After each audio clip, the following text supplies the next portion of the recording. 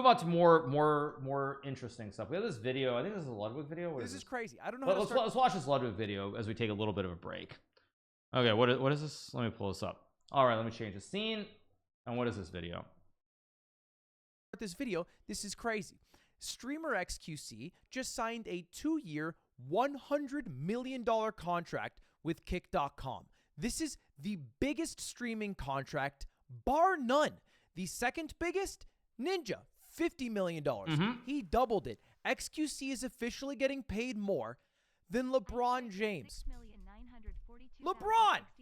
He's getting paid $97.1 million over 2 years. What can I say? Being a gamer, it pays better than being a famous basketball player and one of the best of all time. What else needs to be said? Which makes him the top paid player in the NBA, and xQc is making more money. That is fucking mind-blowing. Now, True. It is, before you guys get on your high horse and you say, who watches xQc anyway? Deserved to some degree. xQc is the biggest streamer on Twitch and has been for a long time. 2020, #1 streamer. 2021, xQc #1. 2022, xQc #1. Past 6 months of 2023, #1 streamer, xQc. He's been the top dog for the past few years, and it seems like he will continue to be the top dog for the next couple of years. He is the top dog for a reason. At least it seemed that way until he brought his talent over to Kick.com. Now, before we go any further, it's worth clarifying, this is a non-exclusive contract. He will not be locked into an exclusive contract with the site. He could stream on YouTube, TikTok, and he plans to still stream on Twitch, though not nearly as often. And the expectation... Yeah, so actually be clear, this is the exact same thing. So it's like xQc's contract, it's the exact same as mine, where it's like, he does stream on Kick, but he's not exclusively there. So it's like, today I'm on Twitch, but I'll be back on Kick tomorrow. So it's like, it's a mix. He'll probably do both. Is that Kick is where he primarily produces his content, which is in line with Kick's growth strategy, where they sign huge streamers to non-exclusive contracts so they can still stream on Kick and then hopefully bring the people over from Twitch. Oh, right, yeah, my contract's the same. My contract's the same, except I'm not getting $100 million, right? That's the only difference. Yeah, slight difference. Maybe it's missing a 0. All right, let's keep going. Kick over time. Thank you so much to Icebreaker, by the way, for the tier 1 and default drip as well for the prime. Thank you so much. Let's keep going. For them, because Kick has grown tremendously. And this begs the question that everybody's wondering, how the fuck does Kick have this much money? How do they have $100 million contract money? Because the only other people who came close to that amount of money was Microsoft, which makes sense. Microsoft has a lot of money. True, they do. Yeah. Had to shutter their windows over at Mixer because they ran out of that shit. And the answer to that, stake. Because the person who owns Kick, or is, I believe, the majority shareholder of Kick, is Ed Craven, who is also Stake Eddie, the guy who owns or is a part owner of Stake, which has reached a global gross revenue of $2.6 billion with a B dollars in 2022, which is why they're able to afford Drake as their main advertiser in a $100 million. So yes, by the way, 2.6 billion, but just to be clear, to give you guys an idea, that while that might look like a very nice number, the famous game out there, also known as Genshin Impact, has actually made $3.6 billion in the last 3 years. So there are a lot of different things that are making insane amounts of money out there. It's not just Stake. $1 advertising contract, which actually means Drake and xQc are getting paid the same amount. Canadians on top, I suppose. And this is not just me theorizing this. If you want, you can read yourself Ed Craven's own words, because he has his own medium where he posts his own thoughts. And in that, he talks about why do people watch online casino games and the relationship between streaming services and casinos, and how that can make casino games bigger, and how you can make casino games more exciting to watch for people. And the general theory is that Kick.com is able to spend all this money because it advertises gambling, and they make a lot of money from gambling. It's just a guaranteed win. There's no way to lose because there's a house edge. So you just guaranteed to make money from gambling. The larger gambling is, the more money you make. Well, how do you advertise gambling? Because you're not allowed to do it on Twitch or YouTube. You make your own website, Kick. That's the general game plan. First things first, you guys, gambling, of course, is on Twitch still. I mean, Ludwig should be a little bit more honest about that, because, I mean, gambling is still on Twitch. It's just they banned a couple of unregulated sites. That's all they did. But gambling itself on Twitch is completely fine still. So he should have actually said that to be a little bit clearer in general terms. That is a little bit wrong. Gambling shouldn't be on either site. Well, yeah, it is what it is. And it's kind of working. Slots and casinos are the most watched category on Kick, or at least they were for Q1 of 2023, and it's not really close. I mean, just chatting somewhat in the region, but all the video games are bigger, more than 10 times smaller than slots and casinos are. That was Q1. And this is also maybe Ed Craven's way of also fixing esports by bringing sports gambling into esports, and that might be the future of esports. Wait, you said that? Wait a second. Right, you said that Ludwig is moving to Kick. Wait, what? Wait, let me check. Kick. It would be Ludwig, right? Wait, what? Wait, what? Wait, what is this? Huh? Wait, why is there a green? Well, wait a second. Why is there a green check mark? Wait, what? Wait a second. Wait a second. No, but if you get the verified, like that's what happened right before Amaranth. That's right. That's what happened right before Amaranth moved over. So maybe actually Ludwig is being like a true 5-head and he's setting everyone up. So nice. Well, we'll see. All right. Let's keep going. And where did sports go? They went to gambling. That's where Ed Craven thinks esports will go as well. And if you even go to kick.com, you'll see biggest streamer, slots and casino. In fact, 3 of the top 10 streamers right now are slots and casinos. What he fails to miss here is that number 3 on the site at that moment with 4,846 viewers is myself. So I'm actually the 3rd biggest streamer on the site at that moment. So that is worth pointing out. All right, because you see right here, this is me, obviously. Okay. Streamers, and that's just kind of the way it goes. But that's not all it is. That's what it was maybe at the start, but there are more creators who are outside of the casino sphere that are going to Kick. Very true. Because they offer something nobody else can. A perfect creator split. A 95-5 split.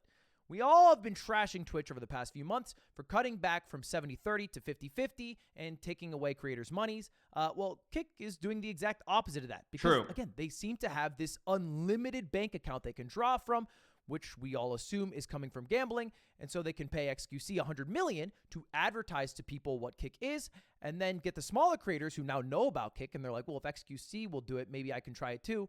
And you get a 95-5 split if you do. That seems worthwhile. And I anecdotally have seen a bunch of people who are interested in moving over to Kick. Even people like the Guards Trent, like just a Valorant player who's really good, who's thinking about going over to Kick because you make way more money.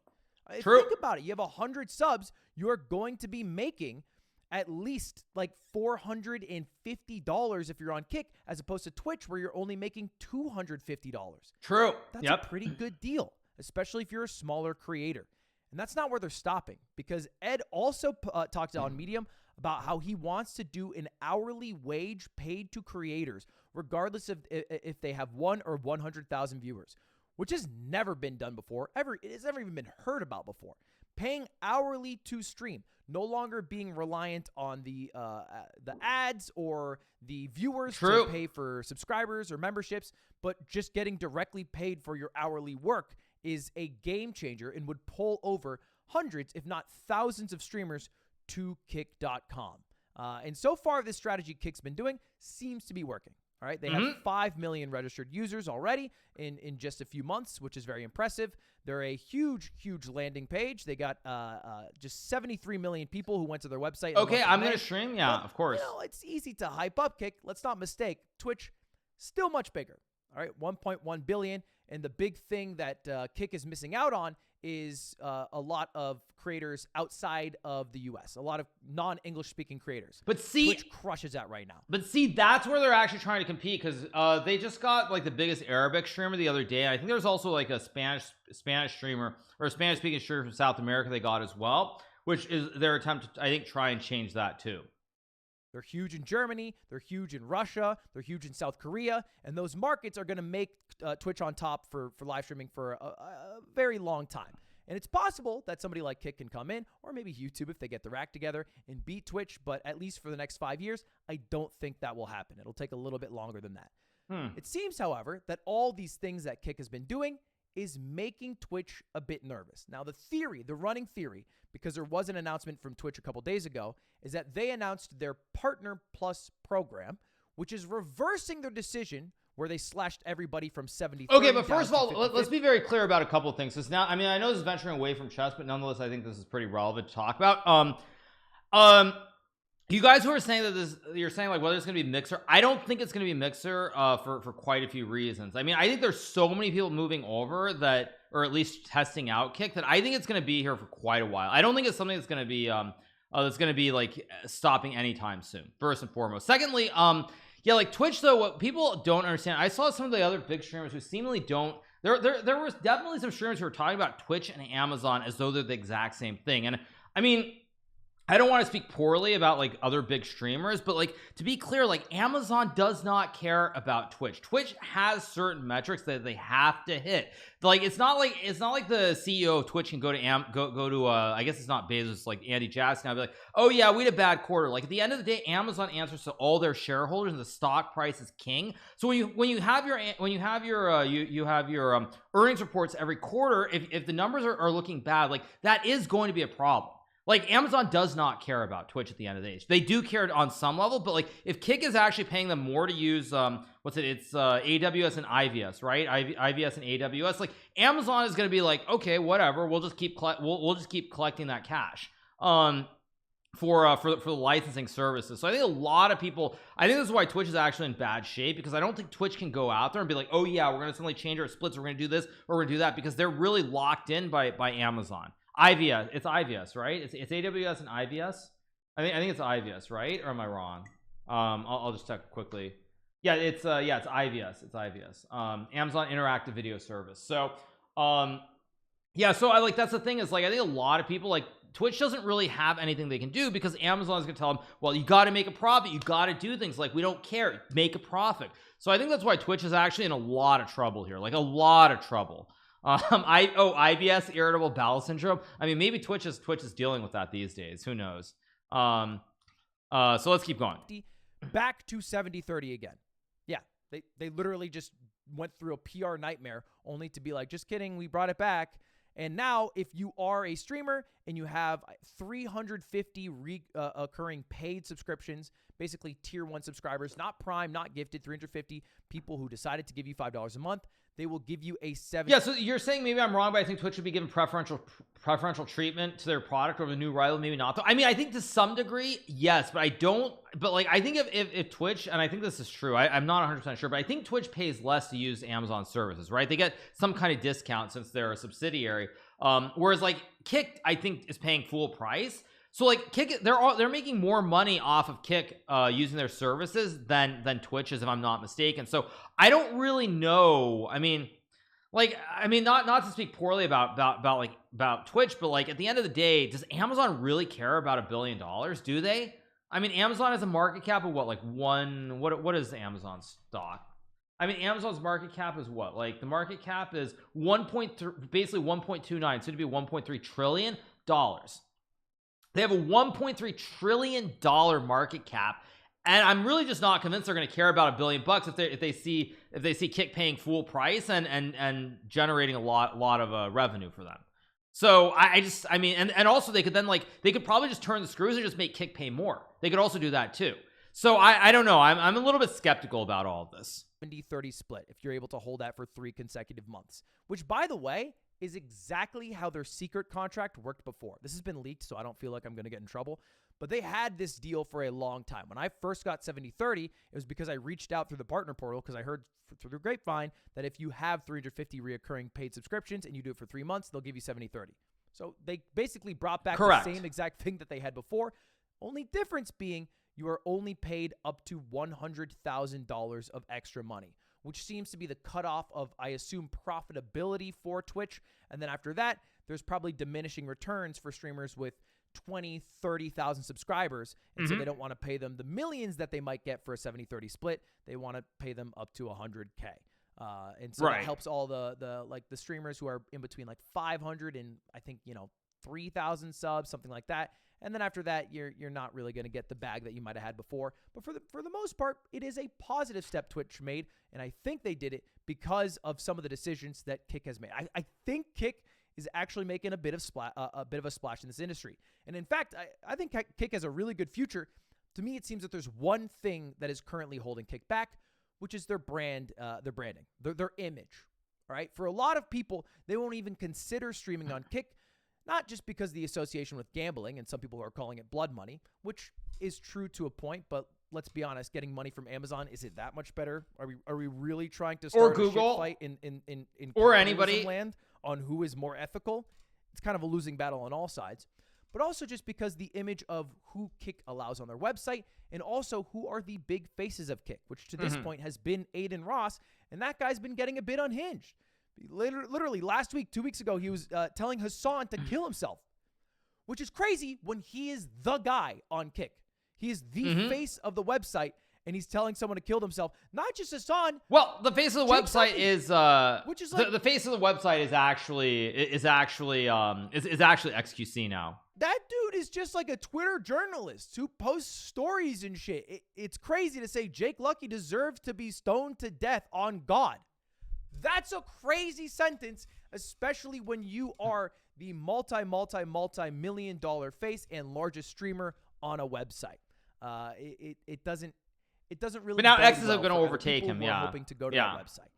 And then there's also been a lot of issues with Kick having streamers do things that are a bit nefarious, that get headlines, like when Heel Mike got a 1-day ban for getting a blowjob on stream.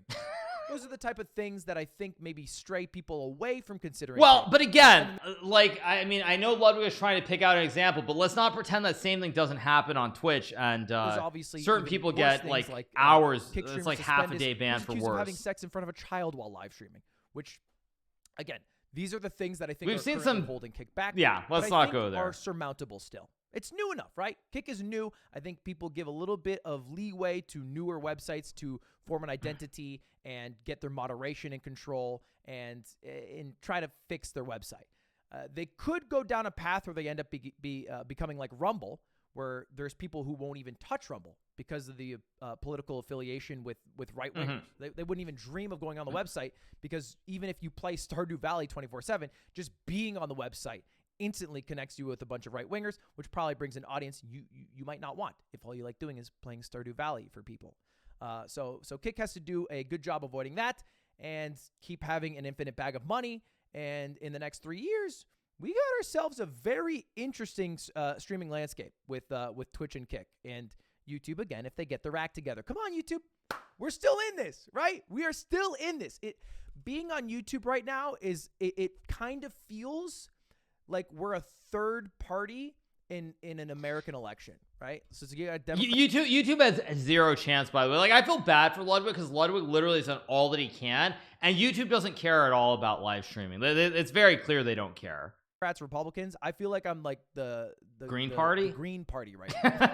I feel like I'm a libertarian, Like we get our few percentages every single 4-year election cycle and then we move on our way. But I think we can get big one day. Come on, hit my line. I got some ideas. Anyway,